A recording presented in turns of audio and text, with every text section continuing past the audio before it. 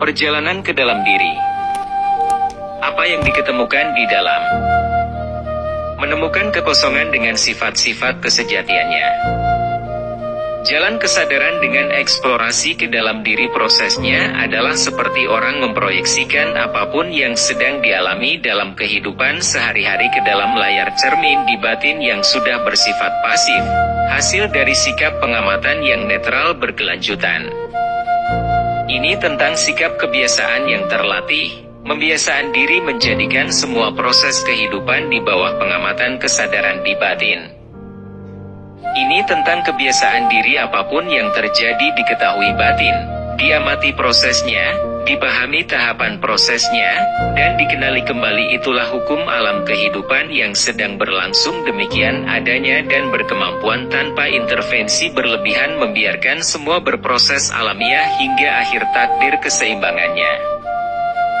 Tetapi seberapa kita dapat secara benar, terang jernih mengalirkan hukum alam kehidupan berproses alamiah dan dapat melihat hukum alam kehidupan secara jernih dalam kesejatiannya berfungsi, adalah tergantung seberapa kondisi layar cermin batin kita berada dalam sifat kekosongannya memproyeksikan kebenaran hukum alam kehidupan secara jernih tanpa distorsi.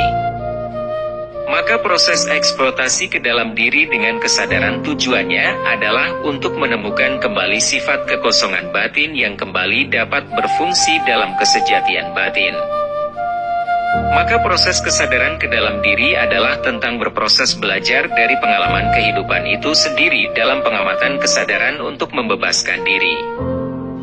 Apakah cukup lapang dan luas layar batin menerima dan merangkum kebesaran hukum alam yang sedang berproses dapat terangkum keutuhan sebagaimana hakikat sebuah hukum alam demikian adanya ia berproses secara utuh, tanpa dipenggal-penggal sebagai tafsir pengetahuan oleh konsepsi logika manusia menjadi parsial, menjadi tidak utuh lagi.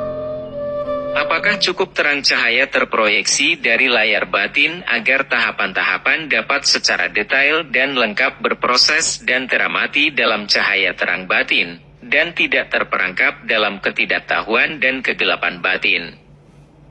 Apakah cukup keheningan batin hingga ada ketenangan tanpa gangguan distorsi dari gejolak refleks batin yang tidak perlu mengacaukan batin berproses secara alamiah? Apakah cukup kejernihan cermin layar batin merefleksikan keutuhan proses hukum alam yang sedang berlangsung hingga direfleksikan hasil perbuatan berkesadaran yang lebih sempurna sebagai penyelesaian terbaik? Dengan demikian apa ditemukan ke dalam diri dalam proses perjalanan ke dalam diri, adalah agar kita dapat hidup dalam kekosongan batin, hingga dapat menerima kembali alamiah proses dihidupi oleh proses kelamiah hukum kehidupan alam semesta. Bukan untuk menemukan nilai kebenaran dan pengetahuan terbaik, tertinggi tersuci dari ilmu konsepsi dimensi manusia. Tapi ini tentang dikembalikannya fungsi batin dalam kesejatian. Yang perlu ditemukan kembali adalah kesejatian batin dalam kekosongan dengan sifat-sifat keluasan, terang batin, keheningan, kejernihan. Dengan keluasan, terang, keheningan dan kejernihan batin sejati inilah kita selanjutnya terus belajar memahami kealamiah hukum alam kehidupan sepanjang proses kehidupan.